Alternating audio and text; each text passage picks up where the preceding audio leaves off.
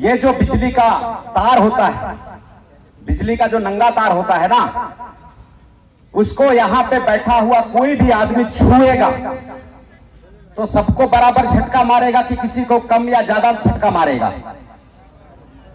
सबको बराबर झटका मारेगा। ऐसा तो नहीं है कि उराव को थोड़ा सा कम झटका मारेगा और हमारे जो कंवर भाई है उसको थोड़ा ज्यादा झटका मारेगा, ऐसा तो नहीं है ना। सबको बराबर झटका मारेगा। सांस लेने का जितना अधिकार पूरे विश्व में जितना भी लोगों को है, उतना ही अधिकार धर्म को मानने का अधिकार है, मौलिक स्वतंत्रता। और आप सुन के हैरान हो जाओगे, ये जशपुर जिला में बजरंग दल के गुंडे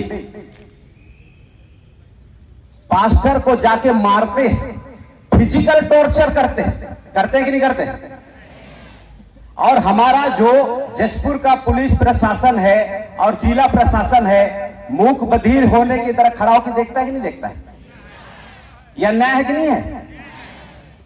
इसलिए तो जमा हुए हैं। न्याय चाहिए, मिलेगा। मेरा नाम रूप नारायण एक्का है।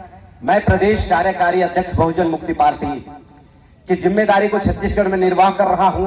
और आप लोगों का तकलीफ को देखते हुए मैं इस मंच के माध्यम से एक ऐलान करता हूं, आपके तकलीफों से कसम खाता हूं। आप जो तकलीफ में है, इस तकलीफ को लेकर मैं कसम खा रहा हूं, 2028 में मूल निवासियों की सरकार बनेगी। 2028 में मूल निवासियों की सरकार बनेगी और किसी की बाप की औकात नहीं है कि हमें रोक सके। साथियों, आज हमारे जशपुर जिला में इतना सतावन हो रहा है। मैं हमारे लोगों को तकलीफ को देख के बहुत आहत हूं, बहुत ज्यादा आहत हूं। मैं जिला प्रशासन से अपील करता हूं कि आप हमारे साथ में भेदभावपूर्ण व्यवहार मत कीजिए, नहीं तो जशपुर की धरती में बहुत जल्दी बिरसा मुंडा बहुत पैदा हो जाएंगे। बिरसा मुंडा पैदा करने के लिए तैयार हो साथियों, तैयार करना पड़ेगा। बाबा साहब अंबेडकर पैदा करने के लिए तैयार हो, तैयार करना पड़ेगा। क्योंकि जो न्याय और इंसाफ है मांगने से नहीं मिलता है। दे दो दे दो दे दो ऐसा बोलने से मिलता है क्या? हमने आज 10 बजे से लेकर 5 बजे तक जिला प्रशासन के पास में हमने विनती किया कि हमें सभा प्रबोधन का मौका दिया जाए। सभा के द्वारा इसको करेक्शन करके, जिला प्रशासन के द्वारा इसको करेक्शन करके 11 बजे से 3 बजे कर दिया। और यहीं पे अगर हमारे माननीय मोहन भागवत साहब का कार्यक्रम हो रहा होता, माननीय मोहन भागवत साहब का कार्यक्रम हो रहा होता, तो क्या प्रशासन उनको 3 बजे तक बोलने का इजाजत देता? क्या कितना देता? अगर 5 बजे बोला तो 5 बजे तक देता कि नहीं देता?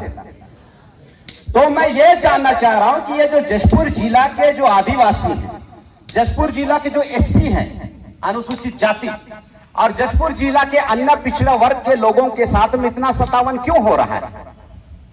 इसके पीछे मजबूत कारण है, बहुत मजबूत कारण है। वो मजबूत कारण इसी समय खुलासा करूंगा मैं। और मैं जिला प्रशासन जशपुर से अपील करूंगा कि आप ये जो आर्टिकल 25 का हनन कर रहे हैं, अवहेलना कर रहे हैं, बंद कीजिए।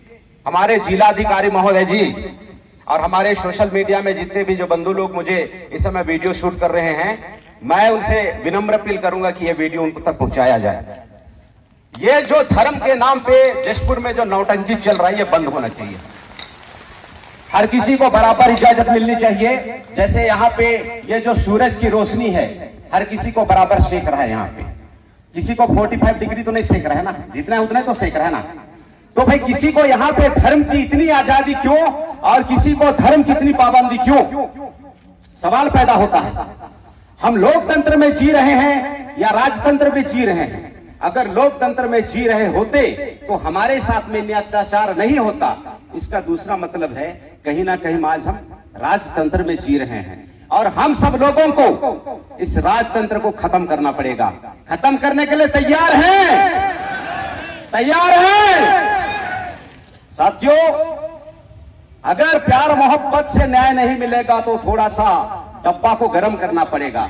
माननीय वामन मेश्राम साहब हमें एक चीज बताते हैं, आप लोगों को शायद जानकारी नहीं होगा, मैं उसी का चेला हूं, माननीय वामन मेश्राम साहब का। वो क्या बोलते हैं कि जब डब्बे से घी नहीं निकलेगा तो उसको उंगली टेढ़ा करके मत निकालो, डब्बा को गर्म कर दो, है ना, डब्बा के नीचे आग लगा दो और उसको जब टकल जाएगा तो उसको रूड़ दो।